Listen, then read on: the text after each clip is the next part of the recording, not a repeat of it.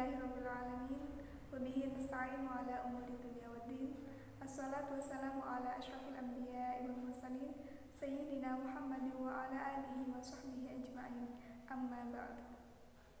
Alhamdulillah, pada kesempatan kali ini saya, Ana Sofia, mahasiswi ilmu hadis IAIN Jember, akan menjelaskan tentang maqamat dan ahwal dalam tasawuf.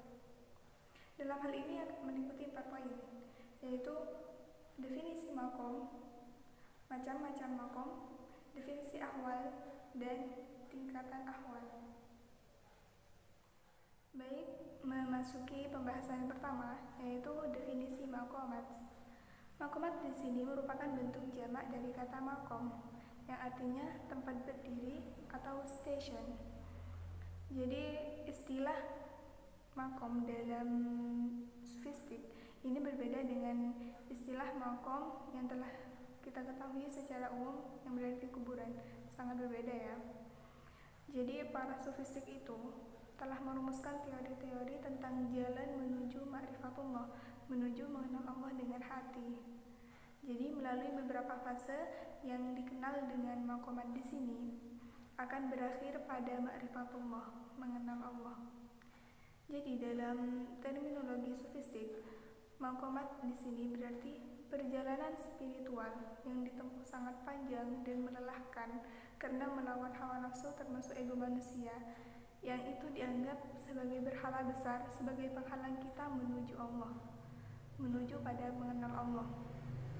Jadi dalam mendefinisikan maqamat itu banyak ulama yang berbeda penyampaian, tapi tetap dalam satu ranah pemahaman. Itu sebagai berikut.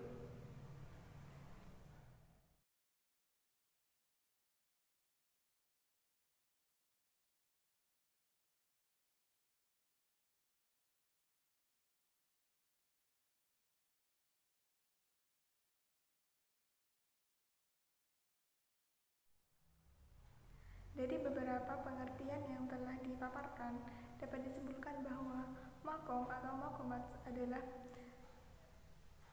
tingkatan manusia atau tingkatan seorang hamba di hadapan Allah dalam hal ibadah, dalam hal melatih jiwa-jiwa untuk melawan hawa nafsu. Jadi maqam di sini adalah hasil dari usaha manusia itu sendiri. Jadi sudah saya sebutkan tadi bahwa maqam ini merupakan proses panjang untuk melatih hawa nafsu.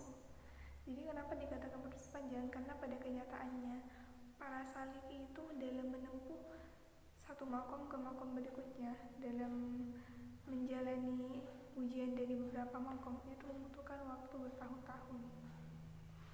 Oke, selanjutnya kita akan membahas tentang macam-macam maqam. Selanjutnya yaitu pengertian ahwal. Dalam hal ini saya mengutip suatu pendapat dari seorang ulama, yaitu pendapat At-Tusi, yang mana beliau mengatakan bahwa ahwal adalah kondisi jiwa yang selalu berzikir. Bukan ahwal itu ketika bermujahadah atau latihan-latihan jiwa seperti yang telah tersebutkan terdahulu.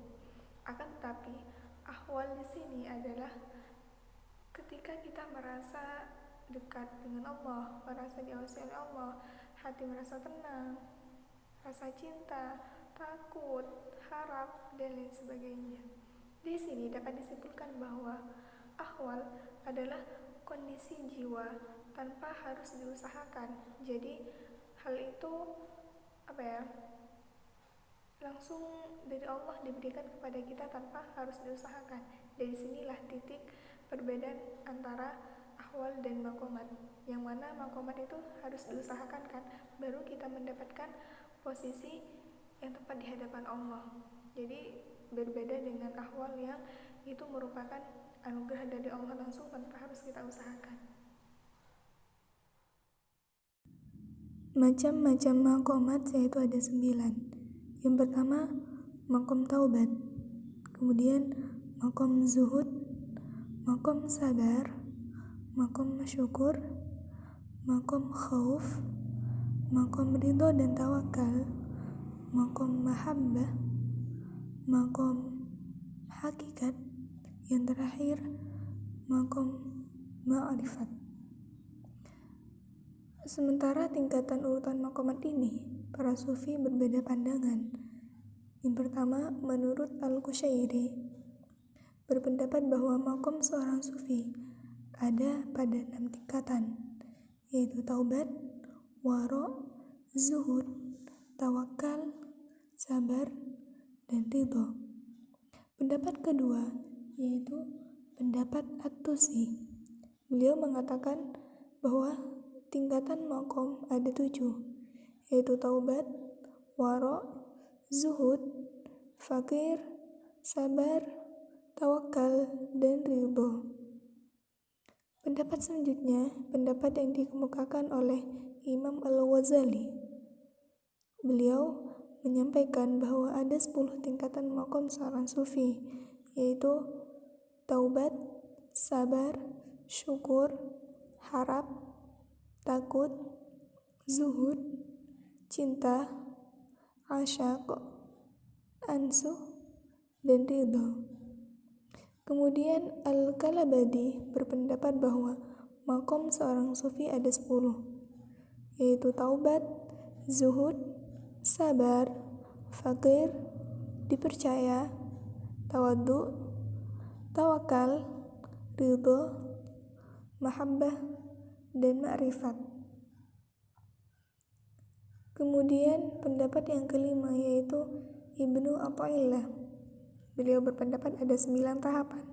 Tahapan pertama yaitu taubat, kedua zuhud, sabar, syukur, khauf, roja, ridho, tawakal, mahabbah, dan taubat. Pendapat terakhir yaitu pendapat yang dikemukakan oleh Harun Nasution, berpendapat bahwa makomat meliputi beberapa hal, yaitu taubat, zuhud, sabar, tawakal, dan ridho. Kemudian poin yang terakhir yaitu tingkatan-tingkatan ahwal. Sebenarnya tingkatan makomat dan ahwal ini para ulama tasawuf itu tidak menentukan harus begini. Jadi ada beberapa pendapat.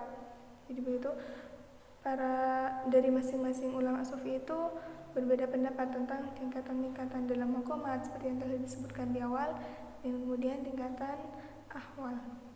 Dalam video kali ini saya akan menyebutkan tingkatan ahwal menurut Abu Nas As-Sarraj.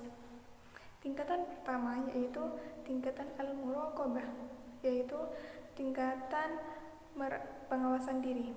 Kemudian yang kedua yaitu tingkatan al-qurbu, yaitu tingkatan pendekatan diri.